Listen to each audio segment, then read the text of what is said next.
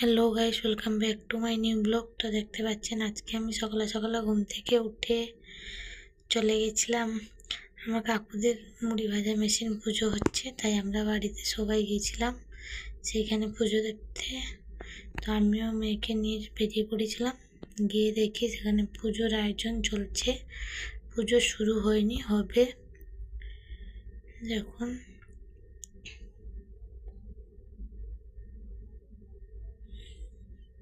মিলের নাম হচ্ছে মা মঙ্গলা মুড়ি মিল। কাল থেকে মুড়ি ভাজা শুরু হয়ে যাবে, আজকে পুজো হচ্ছে। যারা যারা মুড়ি ভাজতে চান চাল নিয়ে চলে আসবেন, কাল থেকে শুরু হয়ে যাবে।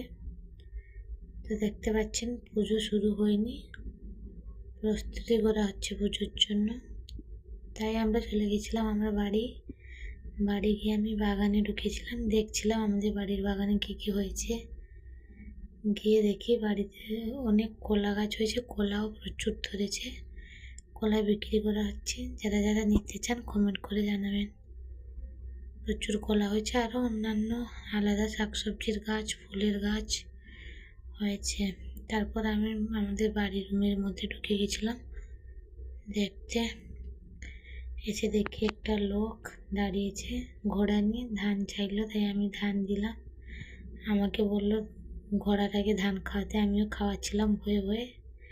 তারপর লোকটাকে ধান দিয়ে দিলাম, লোকও বসতে ভরে নিল। আমাকে বললো ঘোড়াকে প্রণাম করতে, আমি ঘোড়াকে প্রণাম করলাম। দেখুন বন্ধুরা, অনেক ভয় লাগছিল। তারপর ঘোড়াটা প্রচুর শান্ত, আমি মাথায় হাত দিয়ে দিলাম। এরপরে গেছিলাম আমাদের পুরনো বাড়িতে। দেখুন বন্ধুরা, এই বাড়িটা অনেক পুরনো। এই বাড়িতেই আমি প্রথম এসেছিলাম বিয়ে করে। বাড়িটা ভেঙে গেছে, আরও অর্ধেক ভেঙে দেওয়া হয়েছিল। অনেক বড় বাড়ি ছিল আগেকার বাড়ি এটা। এখন কেউ নেই বলে পুরো ফাঁকা লাগছে, পুরো জঙ্গল হয়ে গেছে। অর্ধেক ভাঙা হয়নি, হবে। দেখুন বাড়ির ভিতরে সব তছনছ হয়ে গেছে। এই বাড়ির এক পাশে আরেকজন কাকুদের ঘরে নতুন ঘর করছিলেন, আমাকে ডাকলেন দেখতে, আমি গেছিলাম দেখতে। দেখুন, যেহেতু পুরনো বাড়িটা অনেক বড় ছিল, এগুলো সব ভেঙে নতুন বাড়ি হচ্ছে, পাকা বাড়ি হচ্ছে। ঘরটাকে দেখে আমার মায়া লাগছে, এই বাড়িতে বছর আমি ছিলাম। তখন এই বাড়িতে অনেক লোক ছিল, এখন যে যার আলাদা হয়ে উঠে চলে গেছেন আলাদা ঘর করে। তারপর চলে এসেছিলাম এখানে, এসে দেখি পুজো শেষ। আমাকে ব্রাহ্মণ ঠাকুর বললেন যে প্রণাম করে নিতে ঠাকুরকে।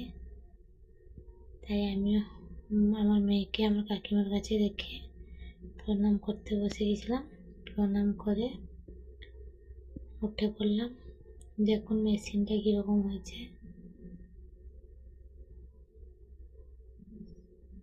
তারপর আমি চলে এসেছিলাম বাড়িতে, যেহেতু আমার মা সেইখানে সকাল থেকে ছিলেন। আমি এসে দেখি বাড়িতে ধান সেদ্ধ যে করা হয়েছিল পড়েছে, সেগুলো সব তুলে দিচ্ছিলাম, গুছিয়ে দিচ্ছিলাম ধানগুলোকে।